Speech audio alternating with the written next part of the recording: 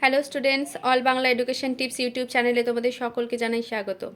আজ আমরা আলোচনা করব ডাব্লিউবিএসইউ আন্ডারে যে সকল কলেজগুলি রয়েছে 2024-25 শিক্ষাবর্ষের থার্ড সেমিস্টারে যাদের হিস্ট্রি আছে তাদের থার্ড সেমিস্টারের সাজেশন নিয়ে। আজকে দেখো এই সাজেশানে তোমাদের জন্য আমি বাছাই করে কিছু মার্কস 10-এর প্রশ্ন নিয়ে উপস্থিত হয়েছি। এই ভিডিওতে তোমরা এই মার্কস 10-এর যে কোশ্চেনগুলি সাজেস্ট করা হয়েছে তোমাদের থার্ড সেমের জন্য, এগুলো তোমরা রেডি করলে কিন্তু অধিকাংশ প্রশ্ন এখান থেকে কমন পেয়ে যাবে। চলো দেখে নিই তাহলে প্রশ্নগুলি কি রয়েছে। প্রথম প্রশ্ন দেখো, দ্রব্যমূল্য নিয়ন্ত্রণে আলাউদ্দিন খলজির পদক্ষেপগুলি আলোচনা করো। অর্থাৎ দ্রব্যমূল্য নিয়ন্ত্রণের জন্য আলাউদ্দিন খলজি যে সকল পদক্ষেপগুলি গ্রহণ করেছিলেন সেগুলি এখানে বিস্তারিত আলোচনা করতে বলা হয়েছে। পরের প্রশ্ন দেখো, আকবরের অর্থনীতি বা দিন ই ইলাহি সম্পর্কে আলোচনা করো।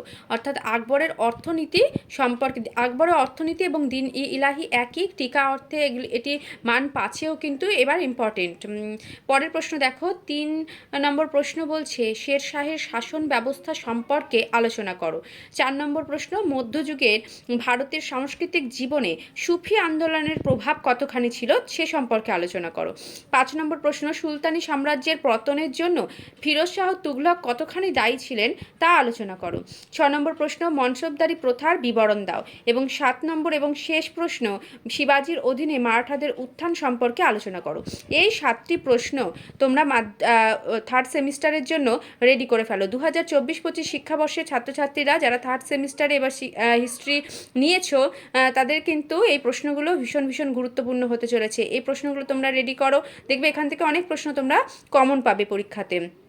আজকের ভিডিও এই পর্যন্তই। তোমরা চ্যানেলটিকে অবশ্যই সাবস্ক্রাইব করে পাশে থাকা বেল আইকনটি প্রেস করে দিও যাতে সমস্ত রকম ভিডিওর নোটিফিকেশন সবার আগে তোমাদের কাছে পৌঁছে যায়।